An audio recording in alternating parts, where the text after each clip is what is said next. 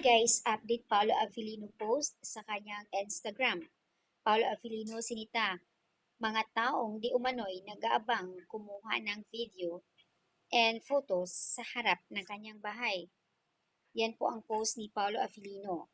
Publicly identified individuals who have been recording videos of his private residence for several consecutive days. Then the actor used social media to demand fairness by sharing photos of identified people, emphasizing need for personal boundaries.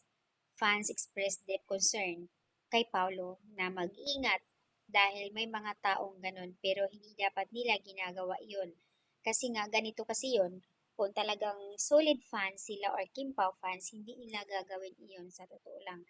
Dahil kahit saan naman nagpunta ang Kim Pao, andoon yung pag-approach nila, kumukuha naman sila ng video sa event. Tulad kahapon, may event sila ng Chowking.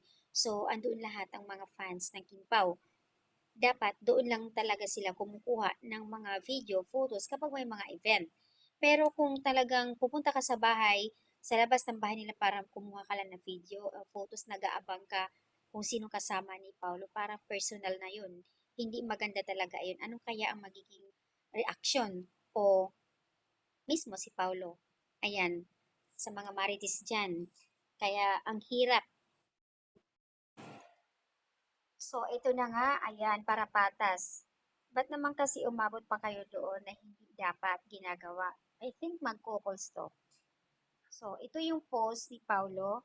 Since ilang araw nyo na rin naman na kinukunan na picture and video yung labas ng bahay namin, okay lang naman. Pero siguro, ipopost nyo rin yung picture nyo para patas din. So, ito na nga. Kasi yung unang kuha, as in, hindi nakikita yung mata, naka-face mask, naka-sombrero pareho. Ngayon, pinapatanggal. So, nakikita na yung mukha nila. Pero naka-face mask pa rin. Ano kaya ang pakay nito? Ba't ganito? Ano nangyayari dito sa mga ito? Couple din talaga sila. As in, mag-couple talaga kasi yung damit nila eh. 'Di ba? Yung, yung ginawa nila, hindi talaga tama. Sa dami-dami pa naman kay Paolo Abilino labas ng bahay.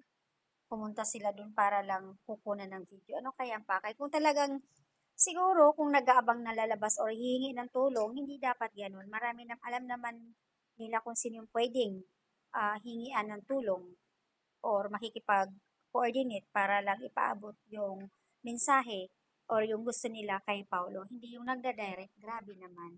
Ano bang pakay talaga niya? Or baka may nag-uutos or nakakatakot naman talaga. May umaaligid sa bahay mo na hindi mo kilala. Pwedeng, nako, kaya Paulo, mag-iingat ka talaga. So, ayan guys, kakaloka. Dapat lang po, sabi ng comment, dapat lang po yung ginawa ni Pau kasi nakakatakot. Baka mamaya mayroong mag-i-interest na saktan or ano man gagawin nila kay Pau. Kasi parang iba naman yung talagang pakay nila eh. Kung hingi silang tulong, hindi dapat sila mag-direct doon or kukuha ng video and photos. Alam naman nila kung sinong pwedeng lalapitan para lang hingi ng tulong at hindi mag-direct mismo sa actor. Or kung kukuha naman sila ng video, dapat doon lang mismo sa mga event. Mag-aabang sila, hindi mismo dapat mag-direct doon sa labas ng bahay nila. Kakalukang mga netizens. Sino kaya itong